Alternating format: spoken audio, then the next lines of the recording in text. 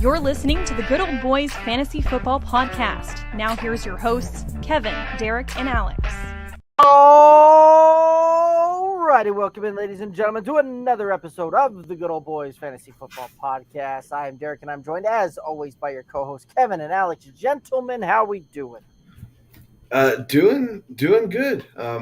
Happy belated birthday, America. Hope everyone had a fun and safe weekend, and now we're back in the saddle here.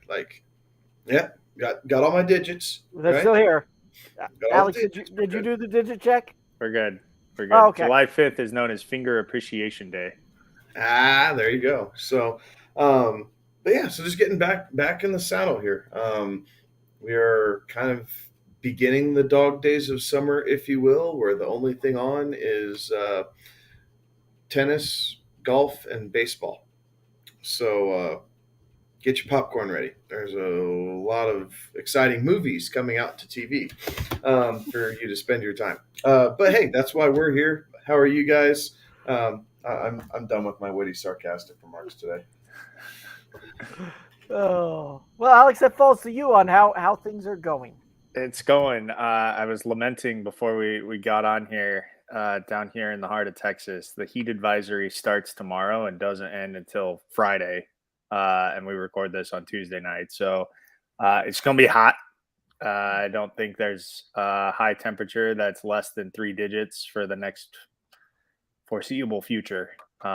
Is a hot one down here. So plenty of air conditioning, plenty of me sitting in front of a TV, watching whatever sports happen to be on television. Fortunately, there's plenty of racing on. Getting real into racing now because like Kevin said, the options are a little limited at this point. So this is the part in my sports calendar where I get really into racing. So got some NASCAR, some F1, some World of Outlaws. Still follow those boys to see what's going on there. So it is race season, which means that it is essentially football season because as that one wraps, it gets into football. And I was just talking about it today with my fiance. We were talking about football games and going to, college football games, obviously, and just how exciting and how fun the atmosphere and the pageantry, screw what the TV contracts are doing and changing all of these, conferences up and everything. It doesn't matter. It's all geared towards 3 super conferences anyways. It'll be there before you know it. You can either fight it and hate it or just be along for the ride and enjoy some good college football when it comes along. But that obviously when college football starts, the NFL isn't far behind. Right. Well, I don't know how you can call it a Power 5 in the college game anymore. But Alex, just remember, when you're watching the racing, rubbing is racing. So yeah, the F1 boys proved that in England this last weekend, as one guy got sent upside down for about 500 yards and then ended up in the catch fence. Fortunately, car technology has made it a lot safer. So what would have been an absolutely terrifying and scary crash 5 years ago even was just a walk in the park for these drivers. Thank God that they have those safety measures in place because it makes the sport much more enjoyable as a consumer to know that these guys, while they are putting their lives on the line for doing what they're doing, it's not as dangerous as it could be for my entertainment. All righty. Well, guys, it was kind of we hit kind of all the different deals there. These intros seem to take a lot less time when there's nothing else really going on in the world of sports. So no, we can talk F1 if you guys want. I'll talk F1.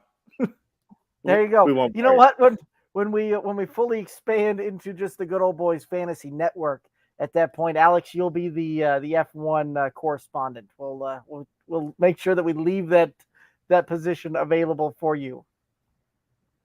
Alrighty. Well, guys, if we don't have any other thoughts, we ready to start breaking down some teams? Yeah, let's do it. Alrighty. So this week we're going to talk both San Francisco 49ers and the New England Patriots. Before we get there, if you're listening to this, watching this, whatever, make sure that you do us a favor and go to wherever you're listening and watching this and click the follow button, click the subscribe button. You can hit up the socials at Good Old Boys FF, Twitter, Instagram, Facebook, TikTok, all of the good places you can find social media content. And let's go ahead and get straight into the 49ers. So the 49ers last year finished 10-7, 51% pass, 49% run. They ranked 13th in total points for, 7th in total yards for. Head coach Kyle Shanahan, offensive coordinator, is yet to be named on that one. And we're going to head straight into the running back room where we always start. Elijah Mitchell, kind of the fantasy darling last year, running back 25, 207 rush attempts, 963 yards, 5 touchdowns, 19 receptions, 20 targets, 137 yards through the air, and 1 TD through the air. Thoughts on Elijah Mitchell? I was an owner of Elijah Mitchell last year. He is a potential keeper of mine in the home league, and I really liked what he brought to the table. I think the biggest thing that comes to mind is I hope he's putting on a little bit more muscle to be a little bit more durable, right? Missed a couple games, got dinged up a little bit. That does seem to happen from time to time, in this Shanahan offense. That's why they carry such a deep bench of running backs, if you will, right? We thought Mostert was going to be the guy. That lasted for all about 2 seconds. Then we thought it was going to be Trey Sermon, and boy, were we all wrong. I guess Jeff Wilson Jr. was technically in there. He got hurt. And then we thought it was going to be Trey Sermon. And Elijah Mitchell is a guy that, you kind of heard some rumblings about, right, after Mostert went down. And so everyone jumped to Sermon, and those of us who are kind of thinking slightly differently were able to get our hands on Mitchell for really cheap. And he paid off, like finishing RB25, had a really good usage while he was healthy and playing in games, right? So down the stretch, it was a little bit tough, again, because of injuries. And when you needed him the most, kind of there in those playoffs, weeks 15, 16, 17, right? RB40. So that one definitely stung a little bit. But overall, I like what he does. He's the lead back coming into this offense. He does do well in this zone system. He's able to pick up the pass, the pass rush. Has decent hands, maybe not great hands, but he's good for a couple receptions each game to kind of, chunk his way up there a little bit. So I like him, and he's a great guy. If you're implementing a 0 RB approach, Elijah Mitchell is a guy that I am targeting for that first running back because he is going a bit later, at least at this point. His value hasn't quite caught up yet. So he's a guy that if I am going 0 RB, I am putting big, big red stars next to his name because come round 3, maybe in a super flex league, right, you can sneak him in late round 4 because of all the quarterbacks and how that gets elevated. But he's a guy that I want if I'm going that approach because the volume's going to be there in this San Francisco offense no matter what. Yeah, this Niners running back room was almost as confusing as like the Patriots running back room, but it wasn't because of, everybody was healthy and who was the hot hand that particular week or what was the best matchup.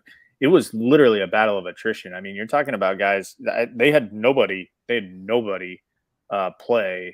in this running back room play all 17 games last year. Not a one of them. So it was a battle to figure out which guy is going to be, which guy was just going to be available, really.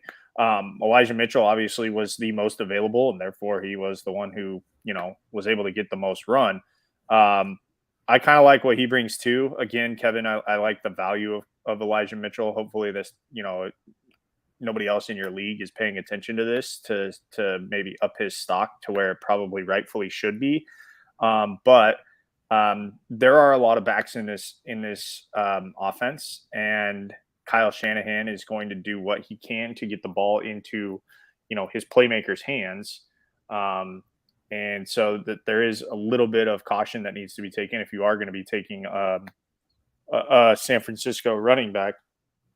But if you're going to go with, I guess, the safest option, if you want a piece of this running back room, of this 49ers running back room, Elijah Mitchell is probably the safest option based on, some of his, the ability to be available. And that's an old, coaching cliche from my high school days. The best ability is availability. And that's what Elijah Mitchell pretty much provided for, more so than the rest of these guys. So I like Elijah Mitchell too. I'm probably not going to get him in the home league because Kevin sat on him and is going to sit on him and will probably hang on to him.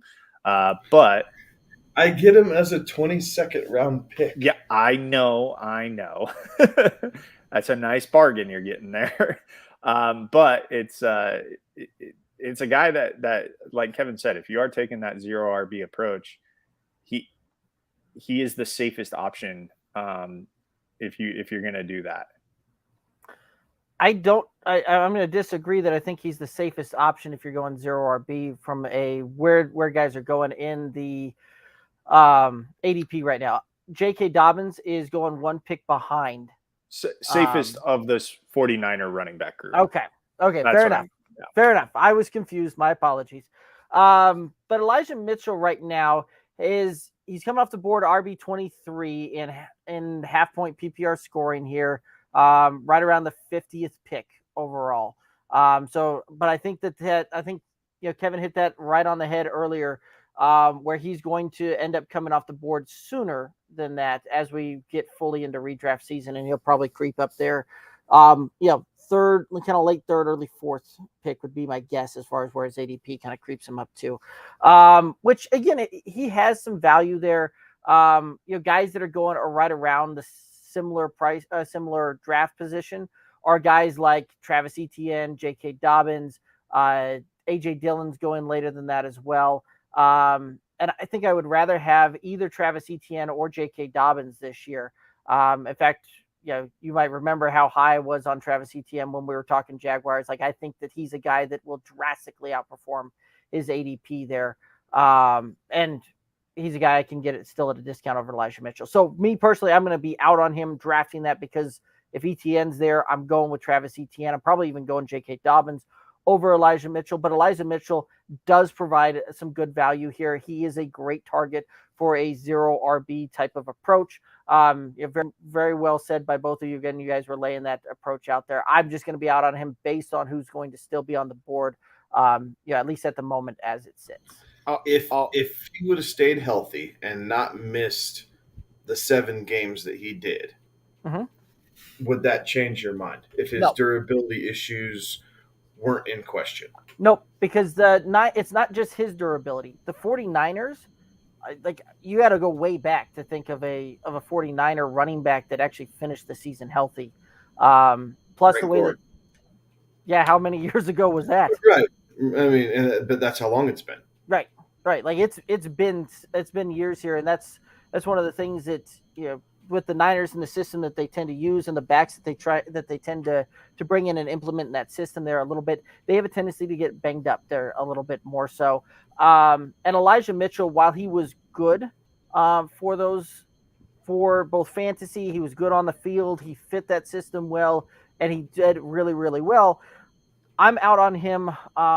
Not only from the standpoint that there's a little bit of those question marks that you brought up there as well, but I'm higher on a guy that's going behind him, like Travis Etienne, right? I already called my shot that I think Etienne finishes in RB1 territory, and I can get him about 4 picks later. So I'm going to go that route there. But on the flip side with Elijah Mitchell as well, and this running back room, Kyle Shanahan rides the hot hand when it comes to running backs, and rides the hot hand tremendously over the last few years. So there's some of the scheme that also is going to take me out on that one as well, just from the standpoint that we've all been there with a Kyle Shanahan running back who we needed just a couple of points there, and he doesn't really see the ball, or he's not in the game plan that week.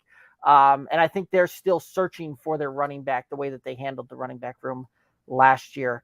And I think you're going to see a big RBBC, and you're going to see a hot hand approach on that one. So I'm just not a big fan of really any of these 49er running backs.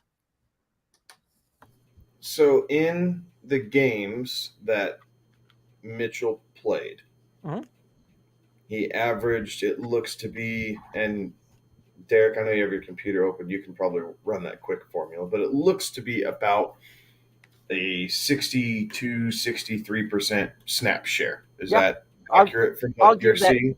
That's going to be pretty close, right? And let's just look at the games where he finished as a top 12 running back. Narrow those down where he had all that. Week 1, he was RB 12, 64%. Week 7, he was the 6th overall, 66%. Week 8, he was the 6th overall, 64%. Week 12, he was the number 4 back, 70%. Week 17, he was the 9th back with a 58%. So, yeah, I think it's very safe to say that he's going to see about 60% of the snap count, somewhere in there. Okay. And here's where I'm getting with that. I like the names that you brought up as far as Etienne and Dobbins goes, right? Because there's no real competition for Etienne at the moment, right? James Robinson's coming back from an Achilles tear. We don't know how that's going. Seems like his rehab's going a little bit slower than what Cam Akers did. Right. And Cam Akers even came back, had a flash, but didn't seem to quite have that step and that burst behind him as well. So I'd be willing to bank on the fact that you're going to see something similar from Jay Brownson when he comes back, thus sending Etienne further up my board as well. Right, fair enough. And then obviously Dobbins with the knee injury last preseason, right? So he's had will have had a full year plus of recovery time.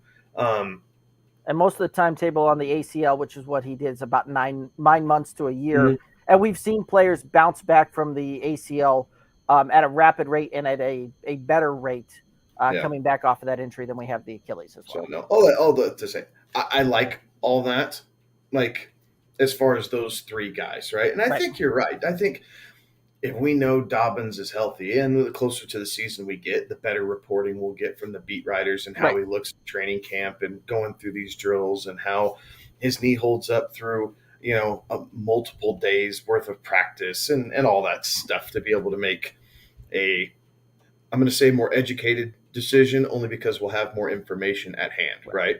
But this group of 3 guys, and I know we're specifically talking about Mitchell, but this group of 3 guys is a really nice pocket to fall into. Like it's a nice little subgroup, if you will, that can, I'm not going to say bail you out, but it can be either really nice depth if you're going RB heavy, which I know, we like to do, especially Derek, you and I love to go RB heavy, and then we just kind of figure it out at the end. Or you're able to pivot and do some different things, right? Like you can grab an early tight end if you want Mark Andrews or Travis Kelce or Kyle Pitts. I mean, if you want one of those top premier tight ends, generally you have to sacrifice something to do that. And having this little pocket of running backs gives you the opportunity to make up for it 2 rounds later. Right. And balance your deck a little bit. So I like this little grouping overall for that reason. If you're willing to take the gamble, right? Because we don't know how everyone in our league is going to draft exactly. But if you're willing to take the gamble, there are pieces in there that can provide depth, because you think Etienne could finish as an RB1.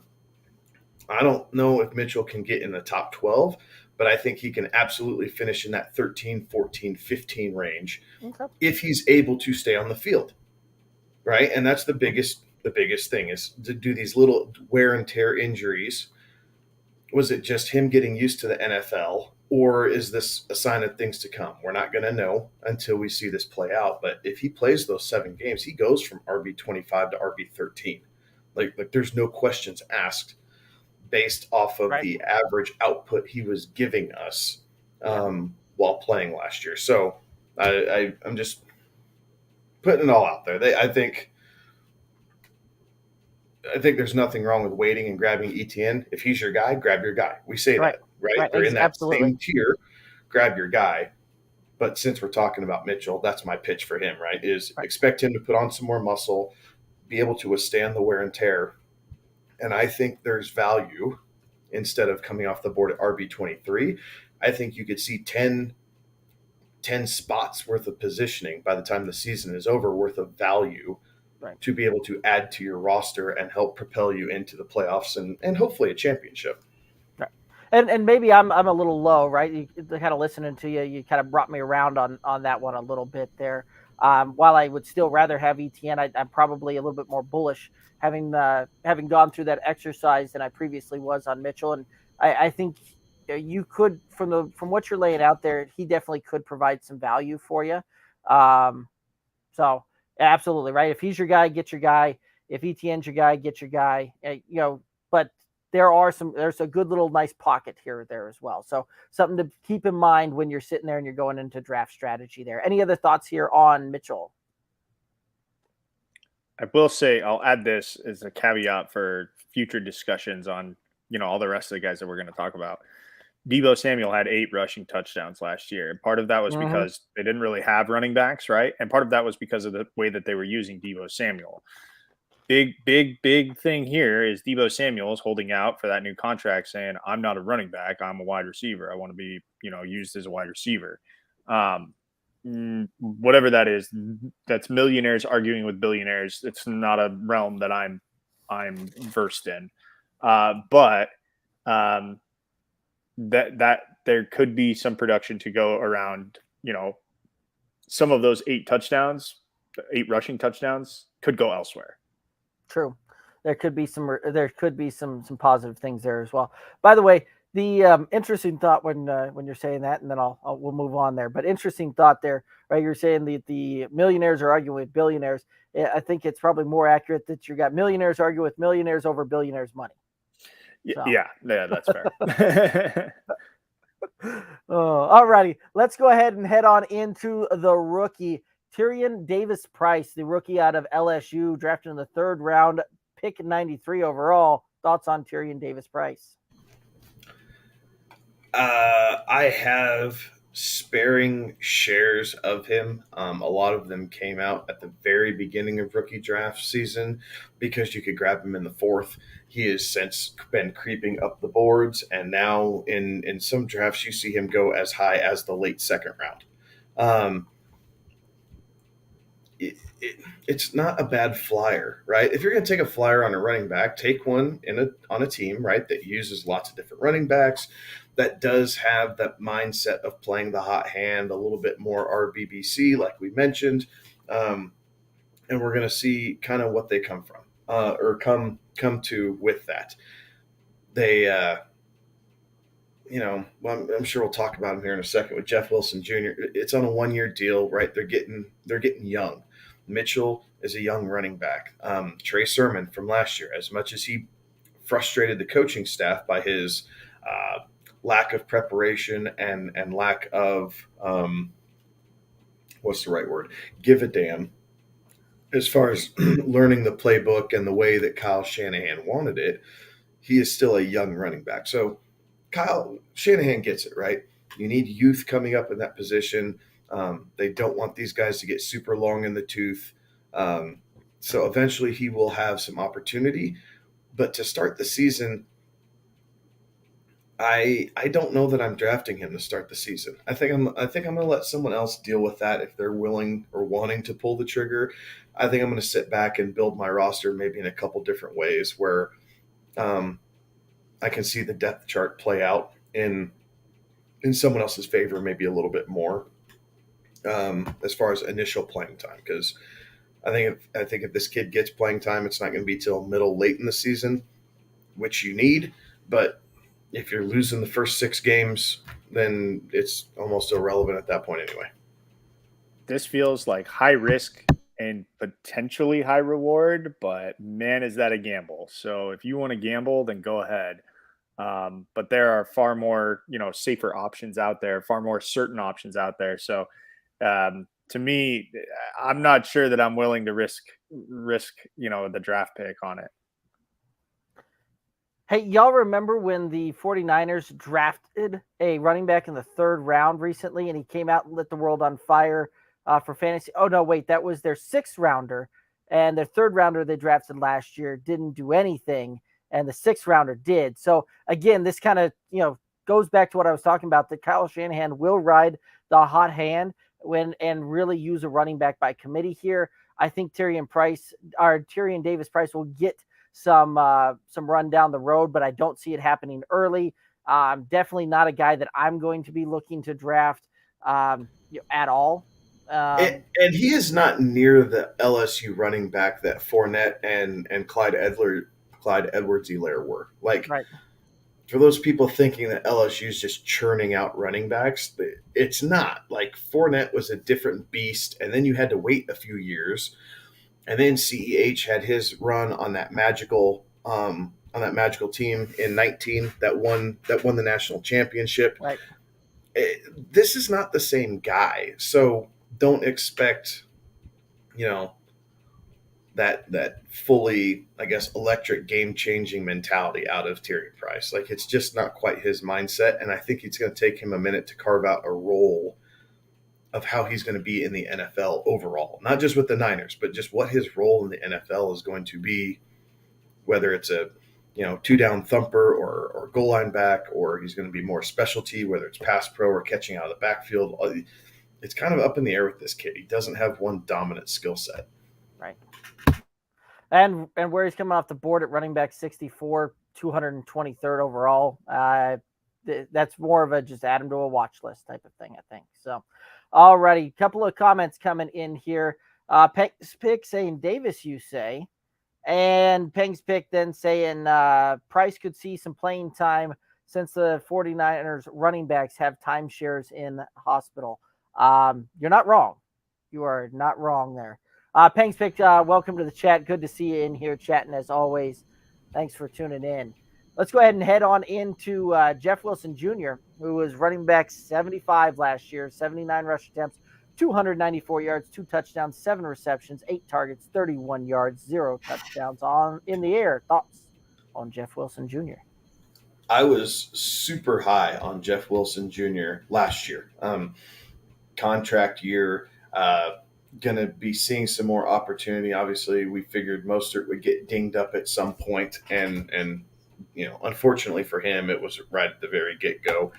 And then Wilson got dinged up, right? And then he was fighting his own battles of staying healthy and staying on the field, and that's part of what allowed Elijah Mitchell to really, I say take over, but hell, he missed 7 games too. But at least keep getting first crack at it because he was efficient when he was on the field. So I think we're going to see that 1-2 punch. I think Wilson right now is the de facto number 2 because he's the most familiar with this offense.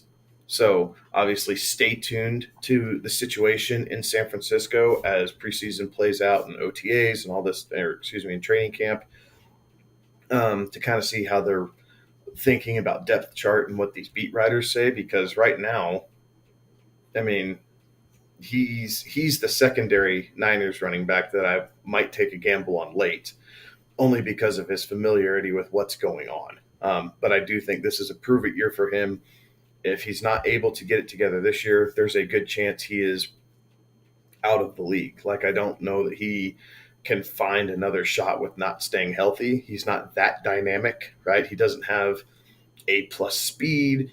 He's not an A+ pass blocker or a pass catcher or anything like that. Like, he's a good guy, but at the end, he's a jag, just another guy. So if he's not able to stay on the field and contribute this year, there's a good chance this will be the last season we hear of Jeff Wilson Jr. Yeah, and this is a pattern, right? If it's one season, it's an anomaly, but Jeff Wilson Jr., I mean, he hasn't played a full season, and he's been in the league now for 4 years. So, I mean, you have to – that is no longer a pattern. That is what Jeff Wilson Jr. is, right? That's 4 years where we haven't had a complete season out of him. Best he did was in 2020, and that, again, that was kind of an odd year. The COVID year, there were no fans in the stands, for a majority of the season. I think things were a lot easier. I do think that brand of football, while fun and entertaining, is a little different, right? You don't get as amped up when there's not people there, yelling at you one way or the other. So he was disappointing because he was coming off that year in 2020 where, he had the 600 yards and 7 touchdowns in 12 games. I mean, he was, a touchdown every other game and then some. So, that's the kind of production you would like to see, but you can't chart it out over the course of a full season because he's not around for a full season. So this is another situation where he's not available, and that's the game you have to play is, okay, if I get a Jeff Wilson Jr. on my roster, how many games am I going to have of him? Because it doesn't seem like you're going to have him for a full season. So that's the question that you have to ask yourself is, do I have the other pieces in place where I can absorb, putting him on the bench for an extended period for a couple weeks, at a time, or, lose him after the first 8 or 9 games of the season, half a season, because he hasn't proven that he can stay healthy for an entire year. So when you're coming up against, Jeff Wilson and Derek, if you could give me some of the other running backs that are going around where Jeff Wilson is going, these are questions that you have to ask yourself. And obviously these are, these are depth pieces, right? These are not, guys that you're trying to decide, oh, do I take Dalvin Cook or do I take Derrick Henry? Like Jeff Wilson Jr. is not in that conversation, right? So, Derek, I hope I stalled long enough to let you pull that information up for us. He's coming off the board at north of running back 100. Like he's not even on the ADP list right now because they only go up to 350 players, and he's beyond that. So it's pretty fair to say Jeff Wilson Jr. is going to be undrafted, and you'll have your pick of him off the waiver wire. And that's what it'll be is, just pay attention to when, some San Francisco running backs go down, and hopefully, he's not one of them, and you're able to pick him up as a waiver wire. Right. Yeah, I'm going to be out on Jeff Wilson from a drafting standpoint, but I do think that he does hold some value in how they're going to utilize him in this offense, and that's worth keep an eye on the watch list and see how they utilize him first couple of weeks out and see if he's worth a waiver wire ad there. All right, let's go ahead and head on over to Trey Sermon, who finished running back 94 last year, 41 rush attempts, 167 yards, 1 touchdown, and 3 receptions on 4 targets, 26 yards to the air. Thoughts on Trey Sermon? Pass. Like until I start seeing good things come from him on the field and see his timeshare go up, I'm out. Because even through last year, where he should have garnered himself more opportunity, the Niners kept trying to talk him up. Like, oh, yeah, he's doing better. He's picking up the offense. Like, he's doing what we're asking him to do. He's learning every day. And, like, it just turned into crap. Like, the kid doesn't want to play special teams. He didn't want to learn the playbook quickly. He didn't want to put forth the effort that is required to be even a average, let alone great NFL type player, which is disappointing because he was amazing at Ohio State. And a lot of people had really high hopes for this kid. And man, oh man, has his draft status like completely fallen off a cliff from a year ago today. And so I'm right there with him. At this point, I'm not drafting him. I got to see it first, and then I will worry about if I'm going to delegate some of my fab budget towards rostering him. But to start a season, no, sir, no thank you. Yeah, hard pass. Yep. Also, where he's going at running back 62 off the board, pick 199. Like he'll in most cases be hanging out on the waiver wire because that's a 16th plus round pick there. So I'm also going to be out on him. Let's go ahead and head on into the wide receiver room where they got a guy that played a lot of running back starting the way there. Deebo Samuel finished wide receiver number 2, 59 rush attempts, 365 yards, 8 touchdowns on the ground, 77 receptions on 121 targets, 1,405 yards through the air, 6 touchdowns, and he had 24.4% of the target share. Thoughts on Deebo Samuel? Yeah, 8 touchdowns is a lot, right? Like right? 8 rushing touchdowns is a lot. Now, Led the team, I think. Yeah, yes, he did. And a lot of that was due to the inability for that running back room to stay healthy, right? Like you could see in certain situations after, especially Elijah Moore, because he was kind of carrying that load when healthy. When he was dinged up, they were leaning on Deebo more often. And he wasn't getting 20 touches a game back there, but he was getting 8 to 10. Right? That's really when all that stuff started. It was more of the back end of the season as they started realizing, hey, this works. Like he is fast enough, he is dynamic enough that he can get outside the tackle box and turn it up the field. We can decoy him to keep defenses honest and maybe bring a safety down into the box and open up some different things. Pure gamesmanship by Shanahan, and it worked out well because he was able to do things in the red zone and get into the end zone period. But I do expect those numbers to regress. Deebo, quarterback situation dependent, right? Like I think he's a top 8 receiver. Like I don't think anybody's necessarily disagreeing with that. Like he is within that top 8. But it's where he falls within there. Like, do we think he's going to finish as wide receiver 2 again? Probably not. But if you told me, hey, he's going to finish wide receiver 5, okay, I could believe that. If you're able to take 4 of those touchdowns, you take away 4 touchdowns, maybe add a couple extra receptions to help make up for some of that in PPR formats. Maybe he gets more receiving yards, big gain bonuses. All the things that play into an NFL season, on top of the fact that he is a great target hog. And I mean that in the best way possible for PPR leagues, but expect his rushing numbers to decline. I do expect him to play. They will come to some sort of agreement and situation. I'm not worried about him sitting out. And he's a guy that, you can get at the – where did I take him? I took him at the top of the 3rd round.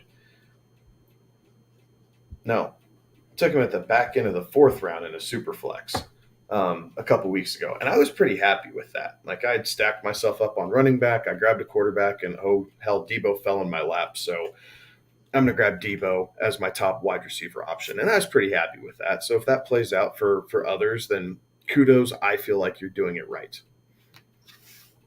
So here's kind of where I'm going to approach the Deebo situation. I agree with Kevin. They're going to get something done. Something's going to be figured out.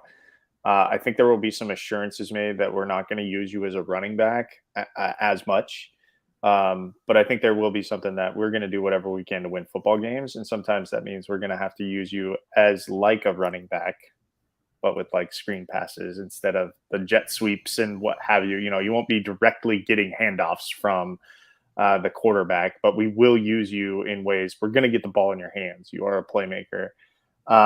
So I think what Kevin's saying there, yes, you take away a few of the rushing touchdowns, and some of those may go down as rushing touchdowns because they'll be laterals.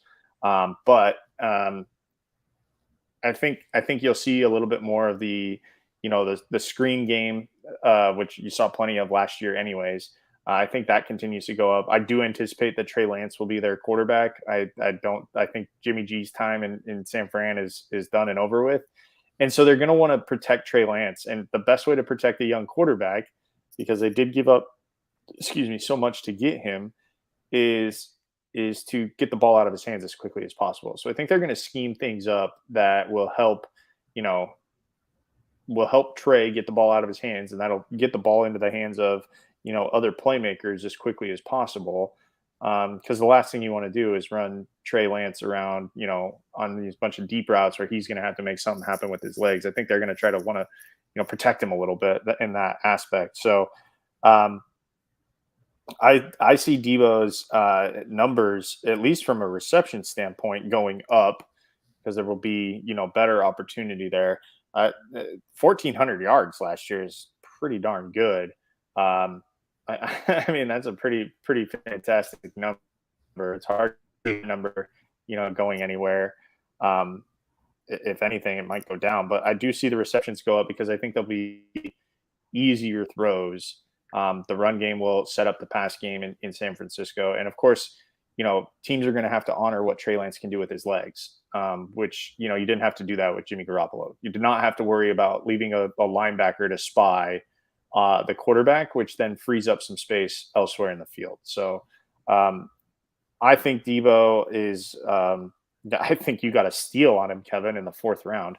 But I think, to be fair, I just went back and looked. I got him in the 3rd. It was my apologies. But wide receiver 7. Wide receiver 7, and I got him in the 3rd. So my apologies. And I think a lot of that too is the current situation, right? There's a lot of uncertainty about his future. I think you have to understand that he's going to be there.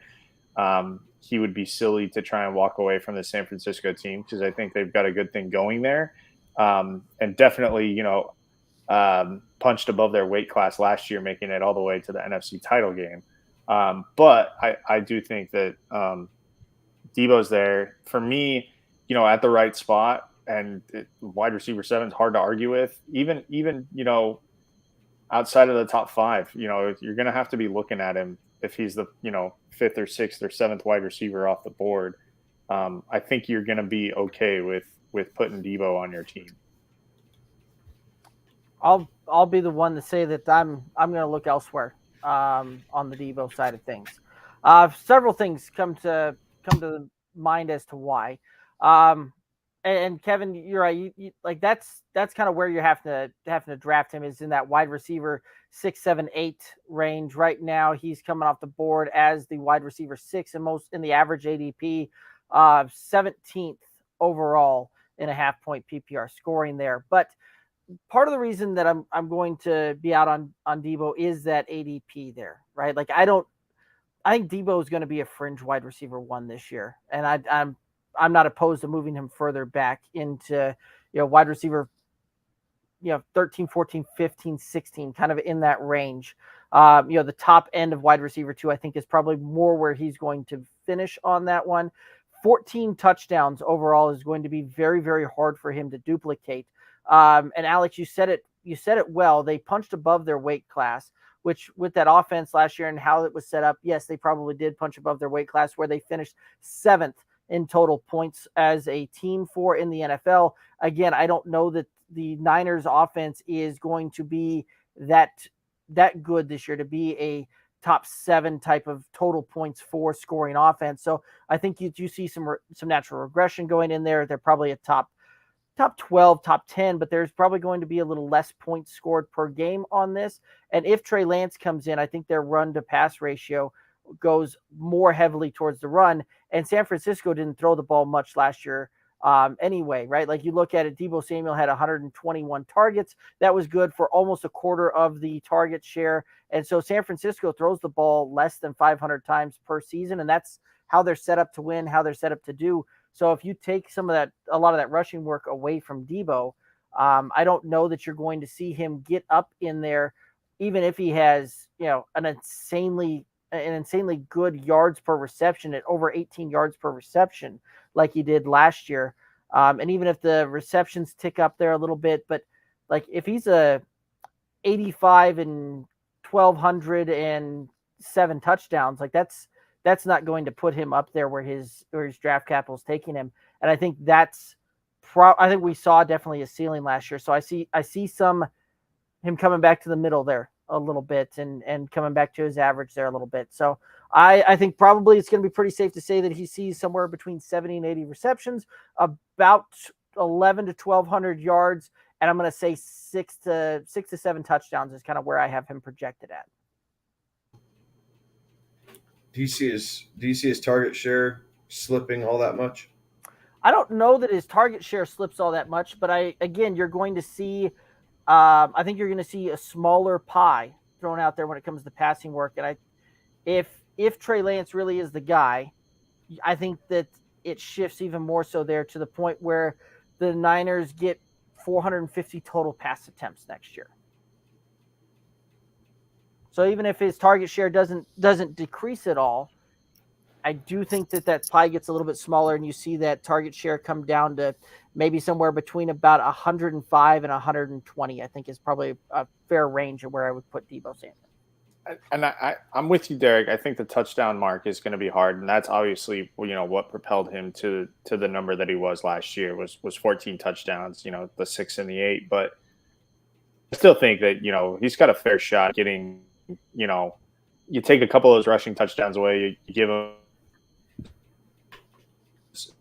his passing touchdowns, but and the same thing too. I think the screen game is going to be valuable.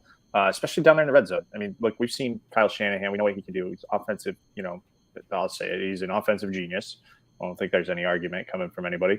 But, he understands the game, and I think he just is going to get the ball in Deebo's hands, and he's going to find a way to do it. So I still think there's going to be plenty of rushing touchdowns. But those rushing touchdowns will come in the form of, screens instead of just direct handoffs. Let me ask you this question. Would you rather have Mike Evans or Deebo Samuel? Deebo. I'm on Deebo there too. I mainly like because I want the stack. well, the stack. I like the target share, even if it is a smaller pie, Derek. And I like the fact that Deebo has a really nice floor because he really is the number one pass catching option that they have. Kittle has not been able to stay healthy, and because of that, they've had to find all these creative ways to use Deebo. Now, the beauty of how this draft this year is set up, you can end up with both and be really freaking happy. Yes. Like, it's not an unforeseeable situation that you walk out of a draft and you have Deebo Samuel, you have Mike Evans, and then who else could you end up with there? I mean, you could end up with someone like a Brandon Cooks, right? And just based off of how they're probably end up with Michael Pittman at that point if you went, 3 rounds straight of wide receiver. Right. I mean, so you can end up with a really nice receiving room to kind of do that. I like Evans. I like Evans' floor on touchdowns, but I don't like Evans' floor as far as total usage because we've seen a lot of games. Tom Brady looks other places and spreads it around, and then he goes to Evans for the touchdown. So, yeah, he can get 14 touchdowns again, but Mike Evans can get the 14 touchdowns and 700 yards. For a season, he could do that. Right. I think he'll end up with more than that. So that's not to disparage people from drafting Mike Evans, but you can get there. Deebo's floor is 1,100 yards. That's his floor. And I think 6 or 7 touchdowns is the floor. And then you're moving up throughout as long as you have any type of chemistry with your quarterback. Fair enough. The reason that I brought up Mike Evans is because Mike Evans last year was 74 receptions, 1,083 yards, and 14 touchdowns, and that put him as wide receiver 8. Now, the part of the reason, too, when I was laying out where I'm kind of projecting Deebo Samuel at right around 80 receptions, right around between 11 and 1,200 yards and 6 to 7 touchdowns, I really think that's probably about where he's going to land. Mike Evans got there with similar stats as far as the receptions, the yardage puts him pretty close, but 14 touchdowns.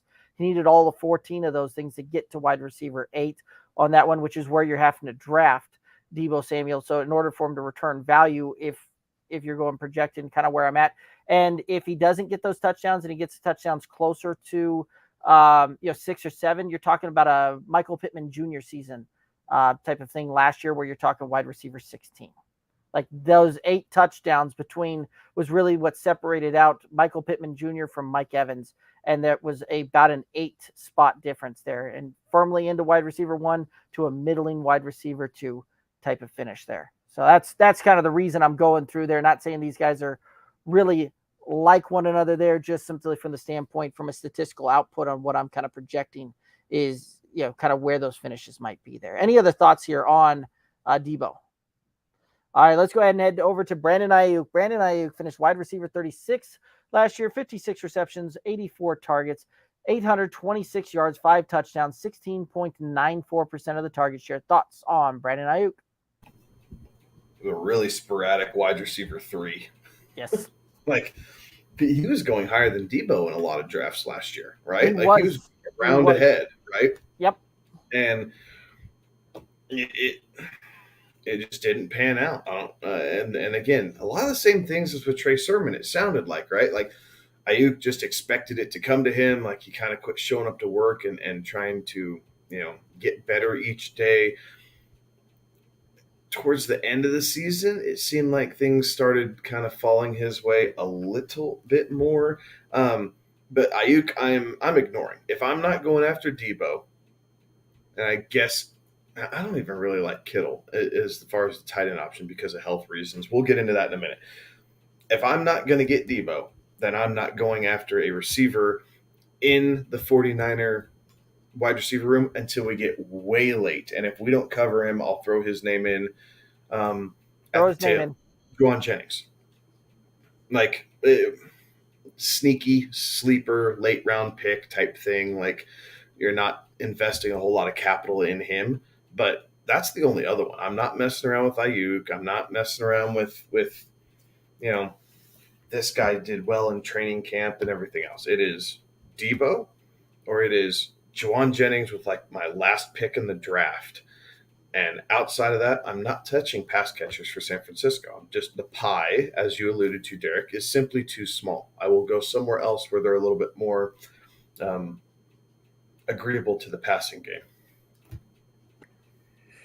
Yeah, I feel like I was burned by Brandon Aiyuk last year. Like it just feels like I think I had him on one of the leagues that I was in, and it was just so it just was so I know we try not to talk about recency or try to eliminate recency bias, but I can't help but use it here. So I am also not going to be in on Brandon Aiyuk. He's just too sporadic, as Kevin said. That's the best way to describe him.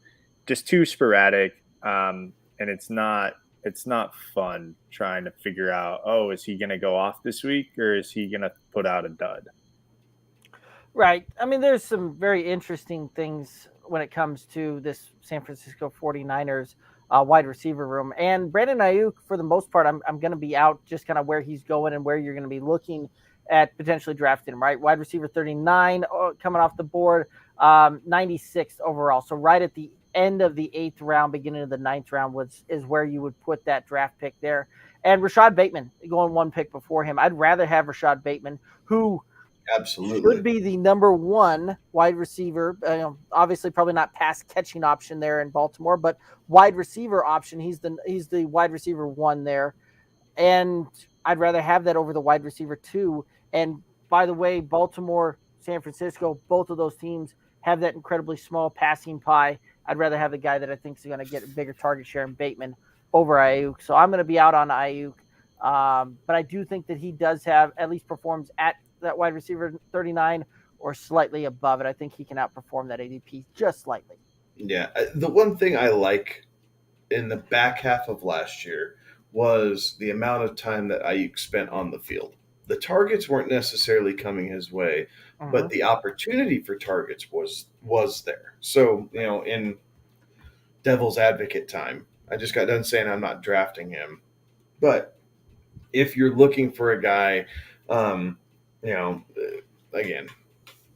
coming off the board, wide receiver 39. So, if you're looking for a guy that you can have some appeal to start in certain situations, or if he kind of gets the hot hand and you see him starting to use, or you see the 49ers using him a bit more, I do understand the appeal to draft him if you're not a Bateman fan for whatever reason, because, weeks 8 through 18, so the last 10 weeks of the season, he averaged a 92% snap share.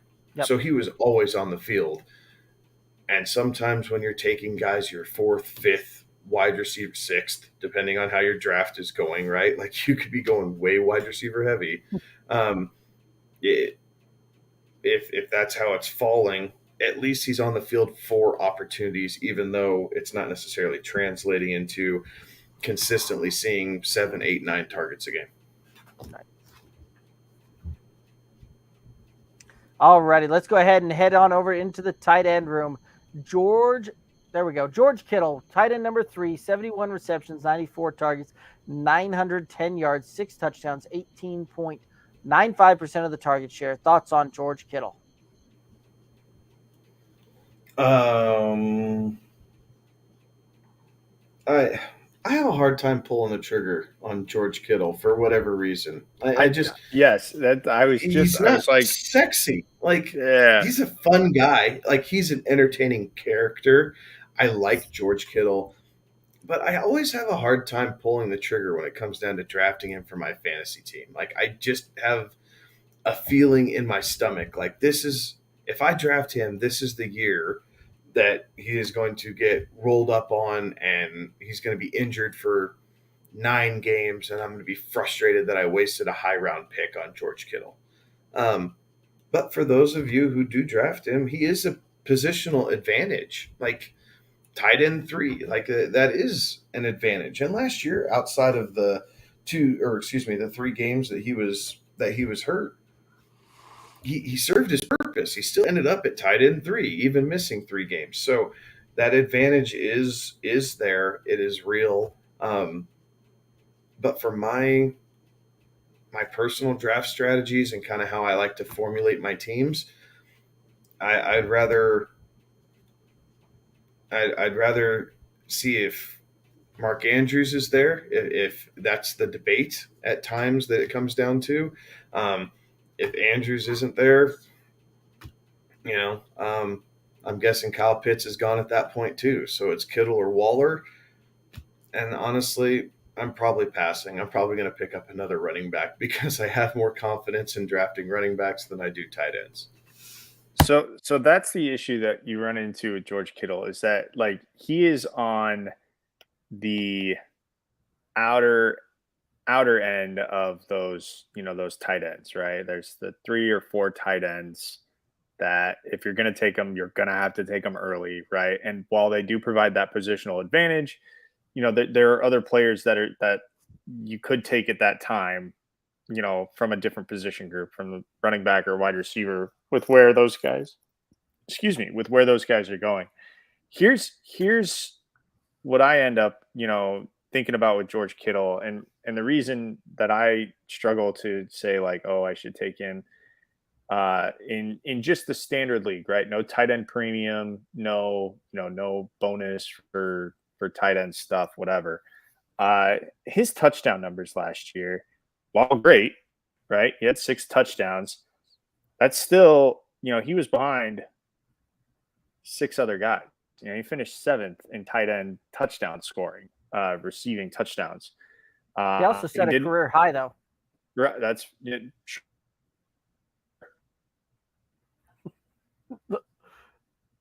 I broke Alex. 3 games, right? Like, if you'd have, in those 3 games. Am I still here? Yep, you're good now. What happened? You shushed Derek, and then your internet decided to shush you.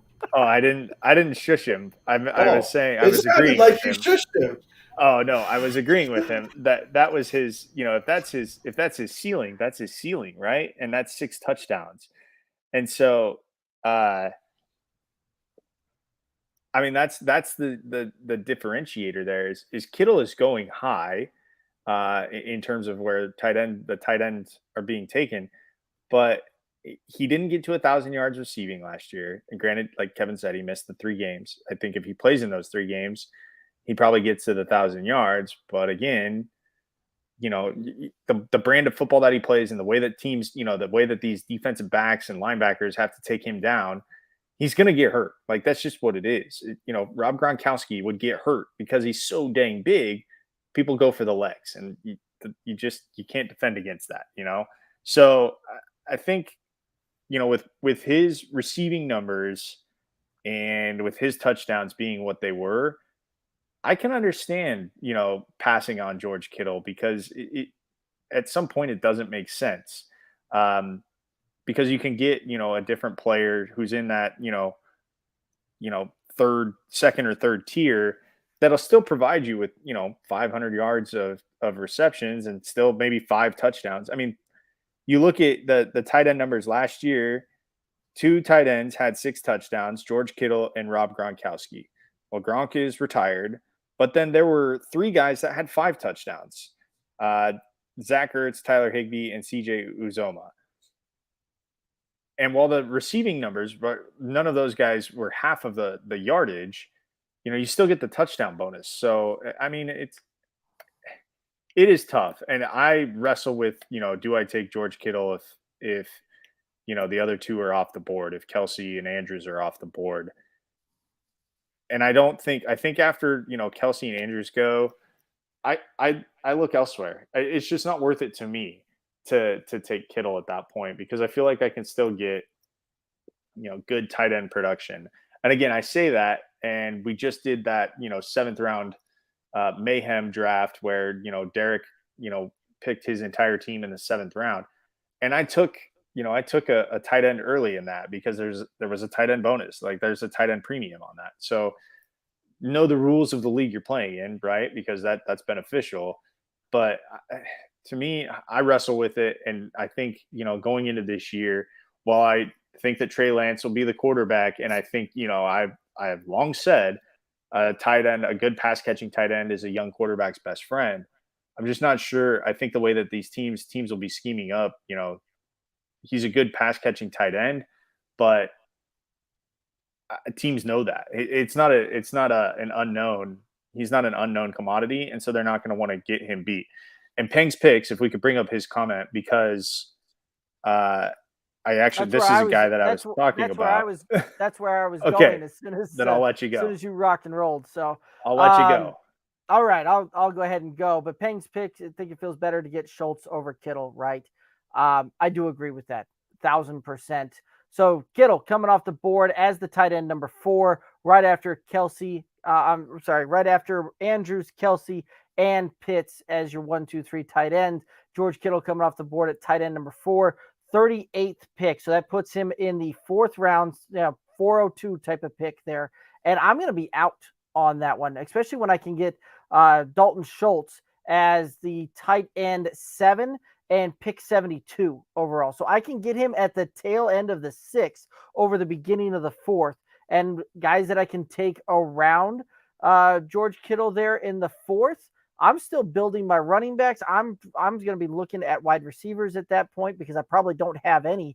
But, a guy I mentioned earlier, Travis Etienne's out there, DJ Moore, Michael Pittman Jr., even Elijah Mitchell on the same team. Like, I think there's better options that are going to return better value for you than what George Kittle will do. Now, George Kittle definitely kind of in that tail end of, he's probably kind of that break in between tier 1 tight end, tier 2 tight end type of thing for me as far as that goes. But again, I'm going to be looking other ways over George Kittle for the draft capital there, because again, I think that I can get a guy that will perform right at or even potentially outperform him 2 to 3 rounds later in the draft here. So I'm not a fan of George Kittle this year on my fantasy rosters. Any other thoughts here on the Kittle? Alrighty, before we get to the next one, we did have a comment come in from Green Screens Media. Welcome in, Green Screens Media. Trey Sermon emerging this year would be the most San Francisco thing ever. Yes, it would. Alrighty, let's go ahead and head to the quarterbacks. Jimmy Garoppolo finished QB 17 last year, 301 completions, 441 attempts, 68.3% completion percentage, 3,810 yards, 20 TDs, 12 interceptions, 38 rush attempts, 51 yards, 3 rushing touchdowns. Thoughts on the Jimmy G? First off, hold on. First off, before we go this, as we do this, are you under the impression that Jimmy Garoppolo is playing for San Francisco? Well, yes, as it currently sits, he's on the roster. So, yes, he's playing for San Francisco. Okay, but we're projecting for what's going to happen next season. Is he playing for San Francisco week 1? Will he be on a different team week 1? I don't think the Niners have any reason to trade him. Like, unless they get a ridiculously good deal. I just don't know that they're going to part ways with him because they know what they have. They know that he can take them to the playoffs. They know that he can win playoff games. Yeah, due to the style that the Niners play, Jimmy can win playoff games. Is he a Super Bowl caliber? Is he a Super Bowl winning caliber quarterback? Maybe not in the I guess the main vein of that title, but Joe Flacco never was a Super Bowl winning caliber quarterback. He got hot Brad Johnson in the right postseason. Brad Johnson, Trent Dilfer, right? Like Eli Manning twice, right? Like, I mean, they're not necessarily that caliber, but lightning strikes, and you're able to win 3 or 4 in a row, and hey, there you have it. You're lifting a Lombardi. So if they get a haul, then yeah, you get rid of him. But at this point, who's willing to give up a haul to get Jimmy Garoppolo? Like, I don't know that he is. I don't know that the juice is worth the squeeze, if you know what I mean. Like, yes, they got him on the cheap from New England, but they're not going to give him up on the cheap. Like, he is a proven commodity. Yes, if you're Carolina, you would love to get your hands on Jimmy Garoppolo because I think he could do really good things with that arsenal that he has there in Carolina, along with a Christian McCaffrey. They're not going to trade him in the division, so he's not going to Seattle. And outside of that, where else is he going? Like, in all seriousness, his options are extremely limited. So I'm going to tell you, he stays on San Francisco. And not only that he stays on San Francisco, I think he's the week 1 starter. I mean, there's definitely some smoke to that. And where there's smoke, there's fire, right? So I see what you're saying, Kevin. I think that if the right deal comes along to San Francisco, I don't think it matters if it's within the division. Because I could see if Seattle does put something together. Seattle. It'd be like the Ravens trading a quarterback. But business is business. The Ravens would never trade Brett Hundley to the Steelers, no matter what package the Steelers offered up. When Brett Hundley flashed last. Everything has a price, Kevin. Everything has a price. We're talking about the Ricky NFL. Williams, Herschel Walker type deal. I understand, but I think that everything has a price, which is how they ended up with Jimmy Garoppolo in the first place, right? Because as the legend has it, John Lynch calls over to Bill Belichick and says, "Hey, what do you want for Tom Brady?" Says, "Well, Tom Brady's not available." Okay, how about Jimmy Garoppolo? And then that's how the ball got rolling. That's the legend around how they got Jimmy Garoppolo to San Francisco, right? Whether that's true or not, take that what you will. But everything has a price. I could see if Seattle does want to put something together, I could see San Francisco taking it. I understand that they don't like each other, but business is business. And these guys have to worry about more than just next year. If you're San Francisco, what are you asking for in return to go to Seattle? At least a first. I mean, you're going to have to recuperate some of the picks that you gave up to get Trey Lance, right? Like you have to build that back up. So at least a first, probably a first and a third. Part of that deal to help out Trey Lance, I don't want any part of it. All right, that's fair. You can have Brandon Aiyuk and Jimmy Garoppolo. I want DK Metcalf and name your defensive player that you want from Seattle that you think makes your team better. Like David Putney. I think anything has to do. It's picks. It's going to be picks. So, but everything has a price. So you're naive to think that they wouldn't trade within the division. That's not naive. That is fact. If the right deal came along. Fact. Anyways, I don't know that Jimmy Garoppolo. I don't think he plays the full season. I'm full in on. I risked my future in the home league that Trey Lance would be the quarterback week 1. So I'm going to speak it into existence. So I don't have high hopes for Jimmy Garoppolo. If he does get on the right team, he is what he is. He finished What did you say he finished last year? QB in the teens, QB, right? Yeah, like QB 16, 17. 16, 17. That's where QB Jimmy 17. Garoppolo is. If he plays a whole season, Jimmy Garoppolo is QB 17. So it's a starting caliber quarterback in the NFL. We all agree with that. Yes, I absolutely agree with that. I'm just hoping that he's not the starting quarterback for the San Francisco 49ers because I need Trey Lance to be the starting quarterback. Otherwise, I am royally screwed for next season in the home league. So keep in mind, Jimmy Garoppolo is still coming off a shoulder surgery and has yet to begin throwing the ball in this postseason or this off season here. Which it's expected that he starts throwing the ball soon, but we're still waiting to see how he comes back, bounces back from that. I'm not expecting anything to come like out a there. Freaking laser. Well, when you complete 68% of your passes, you throw the ball pretty accurate anyway, which is what Jimmy G's whole game is built on. Is just complete passes, move on, go through the go through the progressions and the options there. But there is something to be said, right? Jimmy G just goes out there and wins. San Francisco is still in win now mode. Like they still have a defense that they can put some things together. They've got some offensive pieces that they can do some things there with.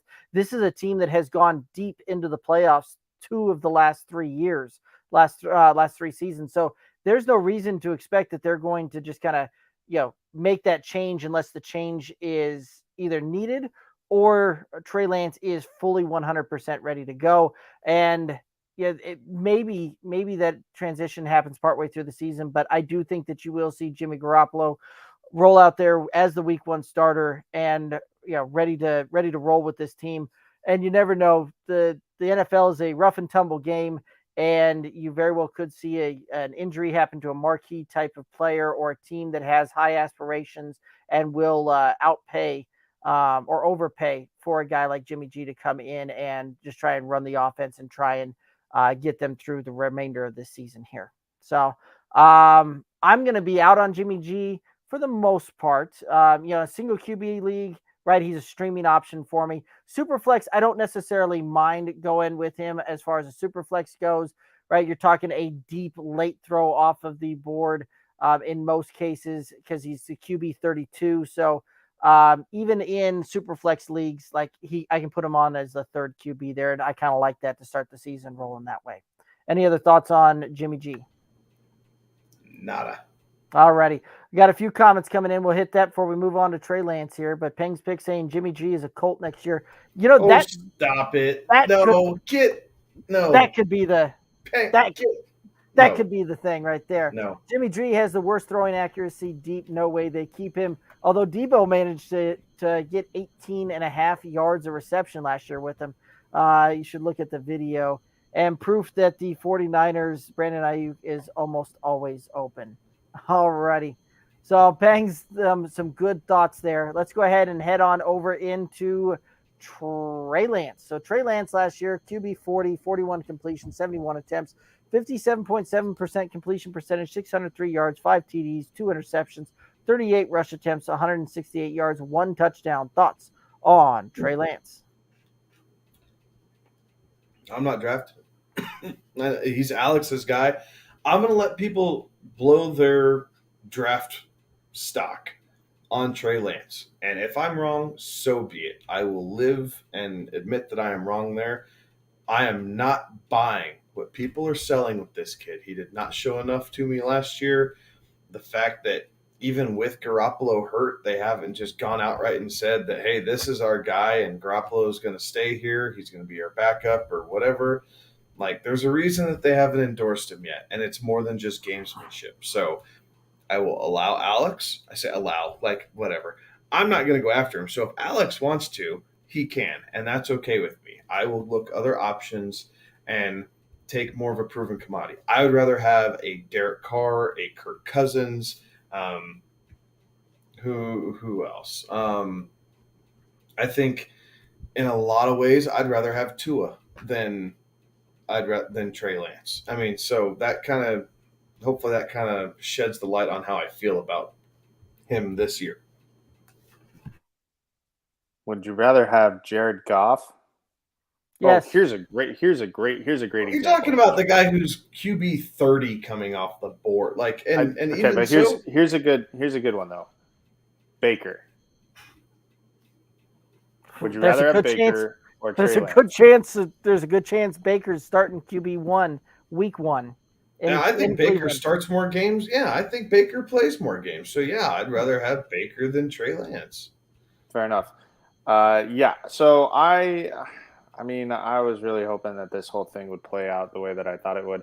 Did have to spend a little higher draft capital than I wanted to on Trey Lance last year in the home league, but that was a play to have him as a keeper. And I'm not sure that is the best play as it stands, because I definitely thought that the quarterback market would be a little bit different than what it was with the weak draft class. But it has not panned out the way that I thought it would. So in a bit of a bind right now, actually, as it stands with the home league. Look, Trey Lance is a good quarterback. He's young. He can make every throw, which, I mean, I know that this is a thing that I think it's a lazy thing for analysts to say when they say quarterbacks can make all the throws. Like, yeah, obviously they're NFL caliber quarterbacks. Like, if they can't make all the throws, what are they doing? And I know that Tang's Picks is going to say, well, he can't throw the deep ball. Like, he could throw the deep ball, right? Whether or not he connects on the deep ball is a different story, but he can throw the deep ball. So look, I think Trey Lance provides a lot of spark to this offense. I think Kyle Shanahan has a very complicated offense that Jimmy Garoppolo's had the benefit of, learning the last couple of years and understanding the playbook and understanding the options and understanding, where the ball is supposed to go and getting it there quickly. Whether or not Trey Lance has been able to pick that up is a little still to be seen, I guess. I heard some things where, some of the people inside the Niners camp weren't all that thrilled with how at the pace that Trey Lance was picking up the Niners playbook. So I am a believer until I'm not. He's also a really good kid. I am hopeful that he, is the week 1 starter, has a dynamic year, can make plays with his arm and with his legs. I am just trying to speak that into existence. I don't think you should overreach, because there is still that giant elephant in the room, and that is Jimmy Garoppolo.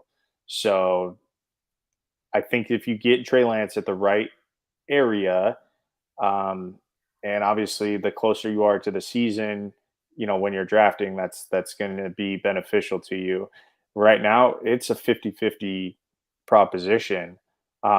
Whether or not those odds change as you get closer to the season is still, as we talk right now here on this 5th of July, I think it is a 50-50 proposition. I do hope that Trey Lance is the quarterback. We need Trey Lance to be the quarterback. But I think that there's a very real possibility that what Kevin is saying is true, and that, Jimmy G is the week 1 starter. So, but I do think he's a good quarterback, and if you can wait on him, if you can just wait on him, I think it's going to be good things. Yeah, QB 13 off the board, pick 109, basically. Overall, that is too rich for my blood. It is rich. It's so expensive. It's very expensive. For a 50-50 proposition, that's very expensive. He's a high risk, high reward type of play, right? Like, if he plays a whole bunch of games, he provides a nice rushing baseline that we've seen other QBs in the past do, and those QBs perform very well because of the rushing add-on bonus numbers that you get there. However, right, like 57% pass completion, and you're limited sample size, I get all of that. That's not very good. That's not where you want to see a starting quarterback play in the 57% type of range, 58% range, which is where Trey Lance was last year. So reports coming out of Niners camp that, aren't very favorable towards Trey Lance, and you've seen his ADP slip a little bit because of that. But you couple that with the fact that the beat reporters, whose job it is to make everybody look good and try and, they seem to all have rose-colored glasses on this time of year when you're reading some of these camp reports.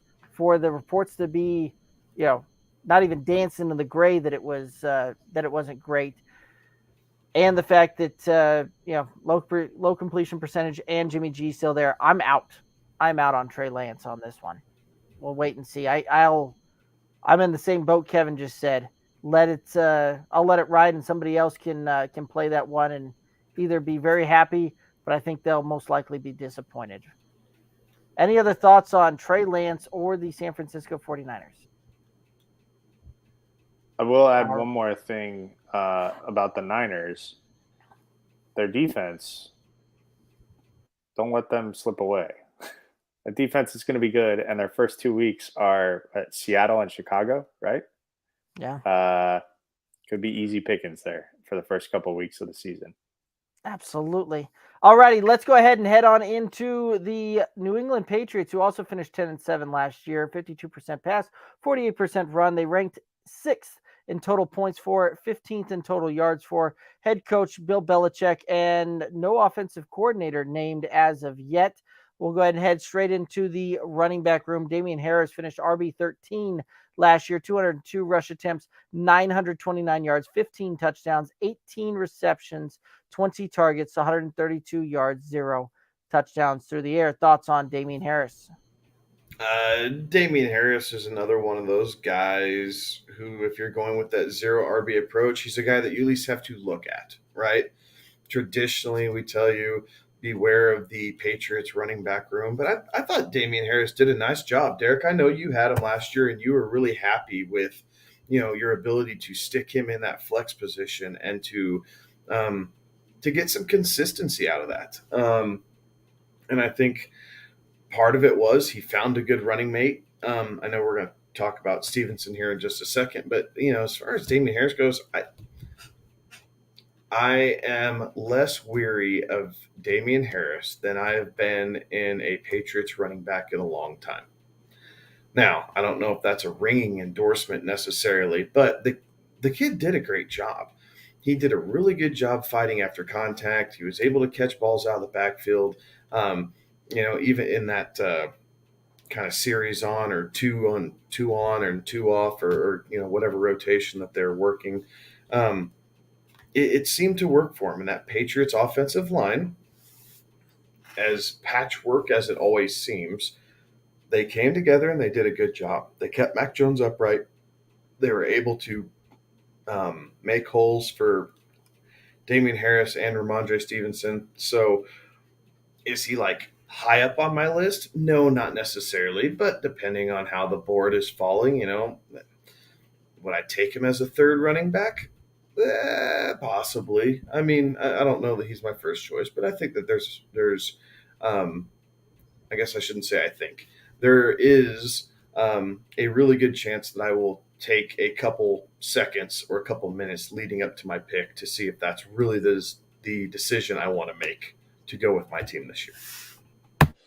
So I think the question that you have to ask yourself when you're coming up to Damien Harris, obviously last year, the 930 yards, 929. That I feel like is a solid number. I feel like that's achievable again, flirting with 1,000 yards. Is he going to get 15 rushing touchdowns again next year? Do you feel like that is something that can be achieved? Is that something that can be repeated? So I think if you that's the question you have to ask. Hold on to the ball, then yeah, right. Belichick does reward guys who value the possession of the football and who don't put it on the ground. And Belichick is very risk adverse, right? We've seen that through his career. Tom Brady broke that mold a little bit because he is arguably the greatest quarterback to ever walk this planet.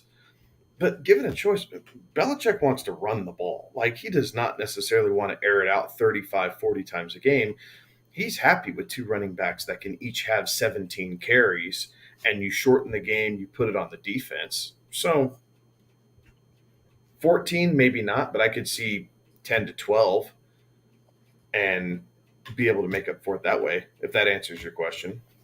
Yeah, so, that's just where you think he's going to have to finish, is in that what is he?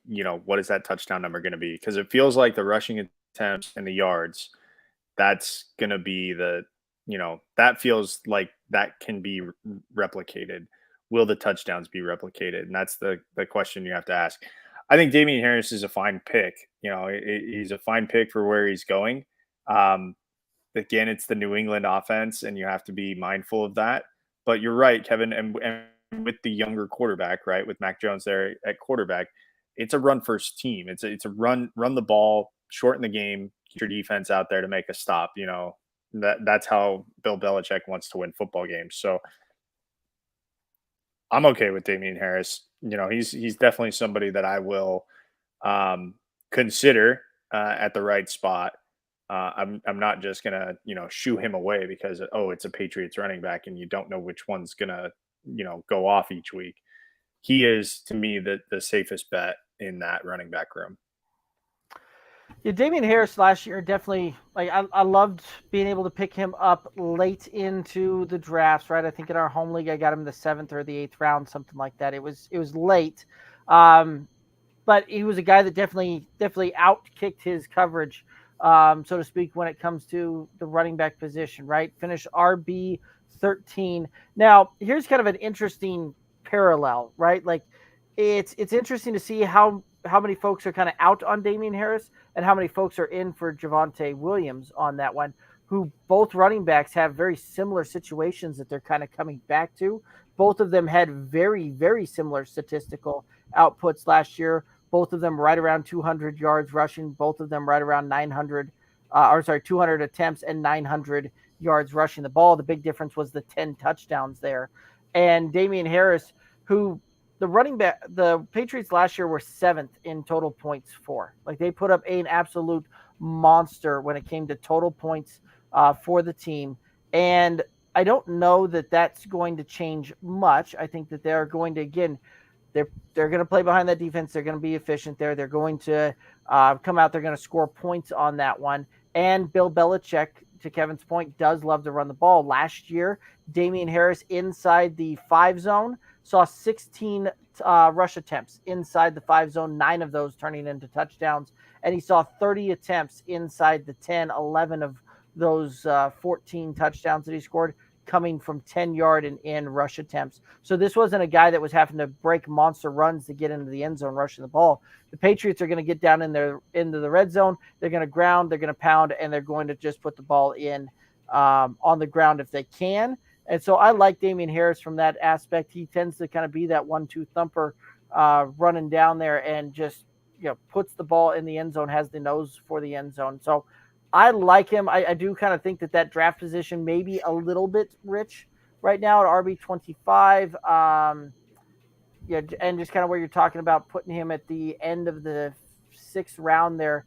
There might be some wide receivers that I'd be looking at there, maybe potentially going with a tight end like a TJ Hawkinson, something like that there, or like a Dalton Schultz, something like that. But I think that there is some definite potential for him to return value, and I think that you'll see an RB2 finish again this year.